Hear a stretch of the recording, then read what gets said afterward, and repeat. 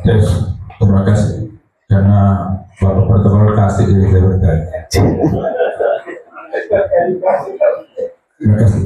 Ini materi yang luar biasa. Kenapa kita ini sementara antri untuk menuju ke situ? Sadar atau tidak? Ini Ustaz, ada ungkapan mau dijelaskan. Ada yang bilang belajar nikmati sebelum mati. Ini singkat tapi saya belum paham apa maksudnya itu. Apa kita bunuh diri dulu baru hidup atau gimana?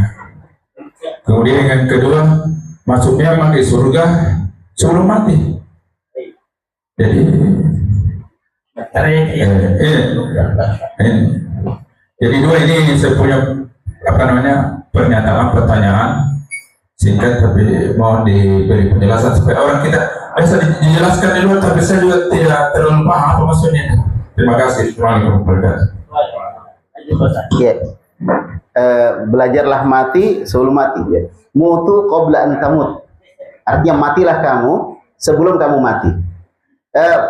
Banyak sih penjelasan orang masalah ini, tapi di antara penjelasan yang paling bagusnya adalah bahwa seorang ketika sebelum dia mati, dia matikan dulu hawa nafsunya. Dia matikan dulu sifat-sifat buruk pada dirinya.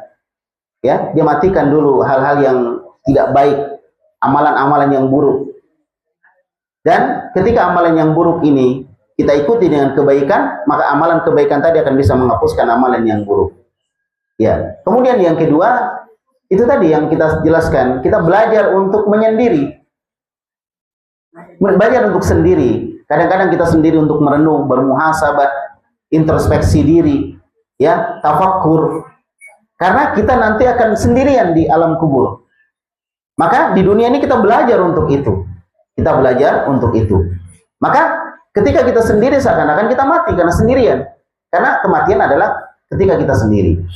Ya, oleh karena itu, ya seperti itu kita belajar seperti itu. Kemudian di alam kubur ada pertanyaan malaikat tentang 3 hal. Maka di dunia kita belajar tentang itu. Kita belajar tentang Allah, bagaimana nama-nama dan sifat-sifatnya. Kita belajar tentang Nabi, bagaimana kehidupan beliau, bagaimana nasihat-nasihat beliau. Kita belajar tentang agama Islam, bagaimana Islam mengajarkan ibadah, mengajarkan muamalah, mengajarkan akhlak. Kita pelajari semuanya. Maka kita hakikatnya sedang mengumpulkan bahan-bahan untuk bisa menjawab pertanyaan nanti malaikat di alam kubur. Tentunya bagi mereka yang mengamalkannya. Maka itulah belajar mati namanya. Belajar mati. Dan juga belajar untuk bisa rela kehilangan dunia. Karena itu kan kita tinggalkan. Belajar sabar ketika ada musibah yang menimpa kita. Ada harta yang hilang. Ada jabatan yang hilang. Ada nyawa dari saudara-saudara kita, keluarga kita yang hilang. Kita belajar untuk bersabar. Bersabar untuk kehilangan apa yang dari perkara dunia, itu akan membantu kita untuk belajar mati. Pas kita meninggal, semua akan kita tinggalkan. Dan di dunia kita sudah belajar. Belajar untuk ikhlas, menerima ridho dengan takdir Allah Subhanahu wa Ta'ala. Itu namanya belajar mati. Wallahu alam ya, kalau itu yang dimaksud. Baik. Kemudian yang kedua tadi apa? Masuk surga. Masuk surga? Masuk surga sebelum mati. Kata Nabi SAW di dalam hadis, ya, hendaklah kalian tenang di raudhah min raudhatil jannah, di taman dari taman-taman surga. Wa huwa majlisul dzikr, itu adalah majlis zikir, majlis ilmu.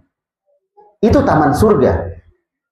Sehingga dalam majlis ilmu Allah memberikan ketenangan, kedamaian sebagaimana di surga. Disebutkan di dalam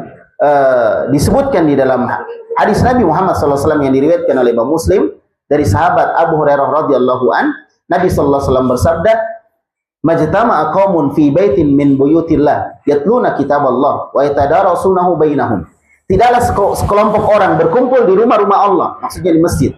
Kemudian mereka membaca Al-Quran, saling mengajarkan Al-Quran di antara mereka, illa nazalat alaihimus sakinah, kecuali akan turun kepada mereka ketenangan. Surga, tenangan. Wa khasyiathumur rahmah, mereka akan dinaungi oleh para malaikat. Ya, atau dilingkupi oleh rahmatnya Allah. wa khafathumul malaika, dinaungi oleh para malaikat. Wa dzakarallahu fiman indah, dan Allah akan menyebutkan orang itu di hadapan malaikat yang ada di sisinya. Nah, itu majelis ilmu. Majelis ilmu adalah taman dari taman-taman surga. Itulah ketenangan. Kemudian yang kedua, ketenangan ada dalam ibadah. Seorang yang beribadah akan tenang, sebagaimana kita sebutkan tadi malam pembahasan kita di masjid ya. Ketenangan ada dalam ibadah. Maka ketika kita ibadah, hakikatnya kita berada di surga. Surga itulah ketenangan. Surga adalah ketenangan, dan ibadah itu adalah sebuah ketenangan. Makanya ketika kita ingin istilahnya masuk surga, sebelum kita masuk ke dalam surga yang sebenarnya, surga dunia adalah ibadah. Surga dunia adalah ibadah. Bapak-bapak, ibu-ibu tidak akan mendapatkan ketenangan melebihi ketenangan di dalam ibadah. Allah berfirman, "Ala bi dzikrillah tatmainnul qulub." Bukankah dengan mengingat Allah hati akan menjadi tenang? Dan ketika orang ibadah, disitulah dia mengingat Allah Subhanahu wa Ta'ala. Ketenangan Allah akan berikan. Itulah masuk surga. Surga dunia tentunya tidak akan sama dengan surga di akhirat, karena ini surga dunia. Surga dunia adalah ibadah. Makanya bapak-bapak dan ibu-ibu tidak akan mendapatkan kenikmatan, kebahagiaan, ketenangan selain ketika hidup ini diisi dengan ibadah kepada Allah dan amal soleh. Itulah surga sebenarnya. Begitu, wallahu a'lam bishawab.